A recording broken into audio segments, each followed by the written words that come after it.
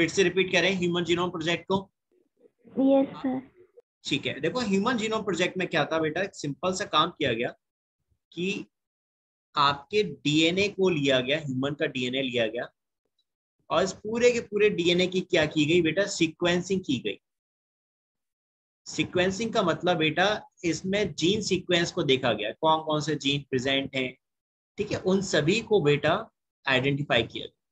इसमें आपके अराउंड 20,000 से 25,000 जीन्स को हम लोग आइडेंटिफाई कर गए। इतने जीन्स को आइडेंटिफाई कर लिया गया, that were identified in human genome project. इसमें आइडेंटिफाई किया गया था। अब ये जो जीन सीक्वेंसेस थे, यानी जो ये आपके जीन्स थे बेटा, जिनको आइडेंटिफाई किया गया था, इनका क्या देखा गया बेटा, इनका रोल देखा गया। इन जीन्स का रोल फाइंड आउट किया गया कि भाई ये कौन सा जीन प्रोडक्ट बनाते हैं, उस जीन प्रोडक्ट का क्या यूज है हमारी बॉडी में। जैसे सपोज करो कोई जीन ए है, ये आपका इंसुलिन बना रहा है बॉडी के अंदर, ठीक है। आपको पता है इंसुलिन जो होता है ये बनता पैंक्रियाज से है। आपका जो पैंक्रियाज होता है, इट फॉर्म, पैंक्रियाज के अंदर जो बीटा सेल्स होती हैं दैट फॉर्म इंसुलिन। लेकिन इन बीटा सेल्स के अंदर सपोज करो जीन ए नाम का एक जीन था और ये बना रहा था एक्चुअल में इंसुलिन। तो बेटा ये चीज हमने आइडेंटिफाई कर ली कि नहीं कर ली, कि भाई हाँ जीन ए है हमारा जीन ऑफ इंटरेस्ट, जो हमारे काम का है, ये हमारी बॉडी में इंसुलिन बनाता है और इस इंसुलिन के थ्रू ब्लड शुगर कंट्रोल होती है। ये बात हमें समझ में आ गई कि नहीं आ गई, राइट यस बेटा, सर। Yes sir.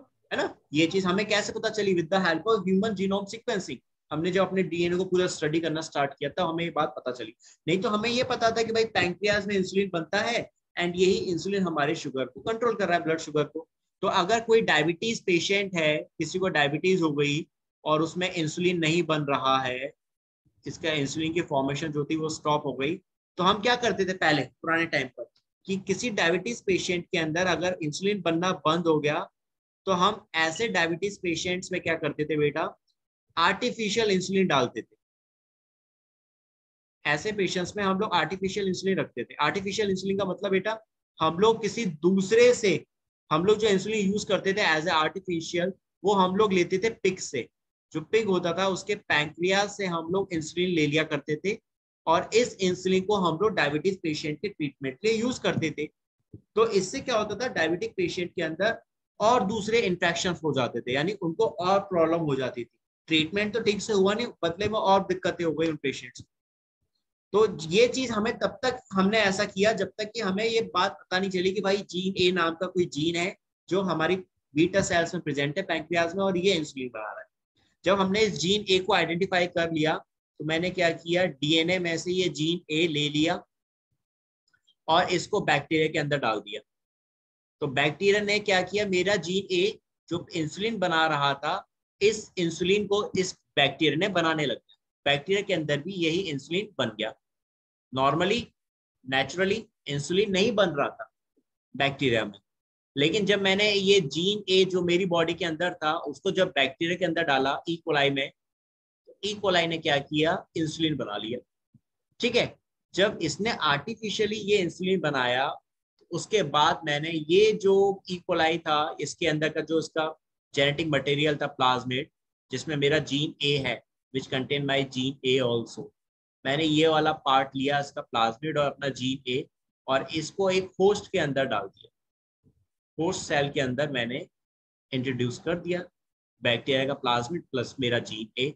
तो होस्ट सेल के अंदर भी क्या बन गया, वही इंसुलिन बनने लग गया जो कि मुझे चाहिए था। और इस इंसुलिन को मैंने क्या बोला, Humulin, this is called Humulin. यानी सेम वही इंसुलिन बन रहा है जो एक हेल्दी पर्सन के अंदर बनता है with the help of this gene. इस जीन की हेल्प से हमने डायबिटिक पेशेंट के अंदर वही इंसुलिन बना लिए जो आपको चाहिए, या फिर हमने ऐसे ह्यूमुलिन के इंजेक्शंस बना लिए आर्टिफिशियल। और ये इंजेक्शंस हमने किसको देने शुरू कर दिए, अपने डायबिटिक पेशेंट्स को देने शुरू कर दिए ह्यूमुलिन्स को, ताकि उनके अंदर किसी तरह का कोई इन्फेक्शन भी ना हो और वो पर्सन, उनके अंदर इंसुलिन की कोई कमी भी ना हो। तो ये मैंने ह्यूमन जीनोम प्रोजेक्ट के थ्रू करा कि नहीं करा, मैंने सिर्फ एक एग्जांपल देके बताया। सही होने का लेबनी बात समझ में आई बच्चों?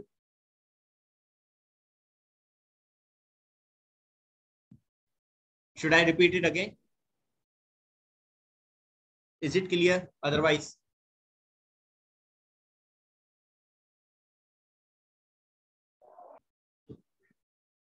That was the major role of human genome project. हमने जो ह्यूमन जीनोम सीक्वेंसिंग या ह्यूमन जीनोम प्रोजेक्ट जो किया था बेटा, इसीलिए किया ताकि हम अपने जीन्स के बारे में पहचान सकें एंड देन जीन थेरेपी करा सकें। जीन थेरेपी बोले तो जीन की कमी से, उनके म्यूटेशन या डिसऑर्डर की वजह से जो जेनेटिक डिजीज हो रही है, उन सभी को हम लोग ठीक कर सकें with the help of this.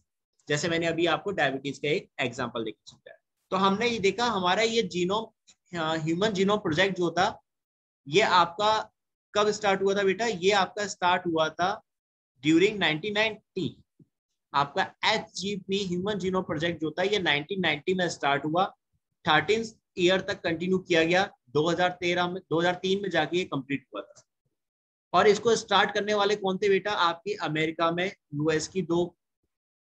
US के जो आपके दो डिपार्टमेंट थे। एक तो था बेटा आपका एनर्जी डिपार्टमेंट यूएस का,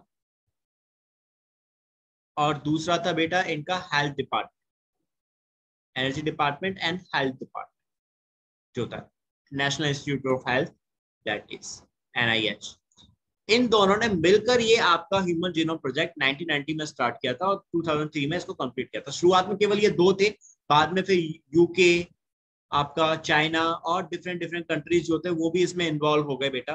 तो उन्होंने क्या, अभी लोगों की सीक्वेंसिंग की गई, उनके DNA को चेक किया गया, उनकी पूरी सीक्वेंसिंग बनाई गई। तो ये बेटा आपका ह्यूमन जीनोम प्रोजेक्ट है, जिसके बारे में आपको यहाँ समझाया गया कि जो स्टार्टिंग मैंने आपको बोला कि आपका जो ह्यूमन जीनोम प्रोजेक्ट था, that is total cost of the project was $9 billion cost थी। ठीक है, that is an enormous amount of data was generated, बहुत ज्यादा थी ये, और इसमें बहुत सारा डेटा भी आपका जनरेट किया गया था ह्यूमन का। सो एक बहुत बड़ा प्रोजेक्ट था ये। इसमें हुआ क्या, जो मैंने आपको समझाया, दैट इज आपको स्टार्ट किसने किया? 13 साल तक ये प्रोजेक्ट चला था। इसको स्टार्ट किया था US department of energy and national institute of health. इन दोनों ने मिलकर ये आपका प्रोजेक्ट स्टार्ट किया था 1990 में और कंप्लीट हुआ 2003 में। During the early year of HGP, the Wellcome Trust of UK became a major partner and additional contribution came from Japan, France, Germany and China. आपके बाद में इसमें वेलकम ट्रस्ट जो था यूके का वो भी इन्वॉल्व हो गया। उसके बाद आपके जापान, फ्रांस, जर्मनी और चाइना की कंपनियां भी इसमें इन्वॉल्व हो गई, उनके भी जो ऑर्गेनाइजेशंस थे वो भी इसमें इन्वॉल्व हो गए। That is next, HGP was closely associated with development of new era in biology term bioinformatics. Bioinformatics जो मैंने अभी आपको समझाया बेटा, कि आपने जब ह्यूमन का पूरा जीनोम सीक्वेंसिंग करी, उसके जीन्स को आइडेंटिफाई किया, तो उस डेटा को कलेक्ट किया था। डेटा को कलेक्ट किया आपने एक सॉफ्टवेयर में, and that is comes into bioinformatics. Bioinformatics का मतलब यही होता है बेटा कि आप क्या करते हो कि जो आप जीन लेवल की स्टडी होती है वो सारी करते हो, एंड देन उस पूरे डेटा को आप लोग अपने कंप्यूटर्स में एक सॉफ्टवेयर में स्टोर करके रखते हो। सो इन फ्यूचर अगर वो चेक करना हो आपको डेटा अगेन, तो आपको कोई दिक्कत ना हो। एक कॉमन एग्जांपल लेके चलते हैं। जैसे आप देखते हो आज के टाइम में DNA फिंगर प्रिंटिंग होती है क्राइम के अंदर। अगर कोई क्राइम साइट है बेटा, कोई कहीं क्राइम हुआ है, तो वहां पे हम DNA फिंगर प्रिंटिंग कराते कि नहीं कराते? रिलेटिव्स के, क्लोज वंस के, करते हैं कि नहीं करते? अगर Yes, हमें sir. कोई एविडेंस मिला, उसमें हमें कोई फिंगरप्रिंट्स मिलते हैं, तो हम उन फिंगरप्रिंट्स को चेक करते हैं, राइट? अपने जो पहले से हमारे पास रिकॉर्ड होता है उनमें, पुलिस जो डिपार्टमेंट होता है उनको चेक करता है। क्यों? ताकि वो देख सके क्या ये फिंगरप्रिंट्स कहीं किसी से मैच कर रहे हैं क्या। अगर मैच कर रहे हैं तो मतलब वो पर्सन उस जगह वहां पर था, और नहीं करते तो आपके क्लोज वंस जो होते हैं उनके डेटा को रिकॉर्ड किया, चेक किया जाता है, हो सकता है उनमें से कोई हो। सो डेटा सेम ऐसे ही आपका क्या कर रहे हैं बायोइन्फॉर्मेटिक्स में, जो डेटा है, जीन्स हैं, उनको, उनकी इंफॉर्मेशन को स्टोर कर रहे हैं। So that is comes into bioinformatics. बात समझ में आई सयोनिका एंड लेवनी? Yes, sir. ठीक है। अब आपका यहाँ गोल्स ऑफ HGP, इसका क्या मतलब था, HGP क्यों की गई भाई? तो दैट इज वही जो मैंने आपको बताया कि आपके 20 से 25,000 जीन्स को आइडेंटिफाई किया DNA में हमारे, to determine all the 3 billion chemical base pair sequences that make up human DNA। इसके साथ साथ जो हमारे केमिकल बेस पेयर सीक्वेंस हैं, हमारे बेस पेयर सीक्वेंस क्या होगा, वही एडेनिन थाइमिन के संग पेयरिंग कर रहा है, एंड हमारा साइटोसिन गानिन ये आपस में पेयरिंग कर रहे हैं।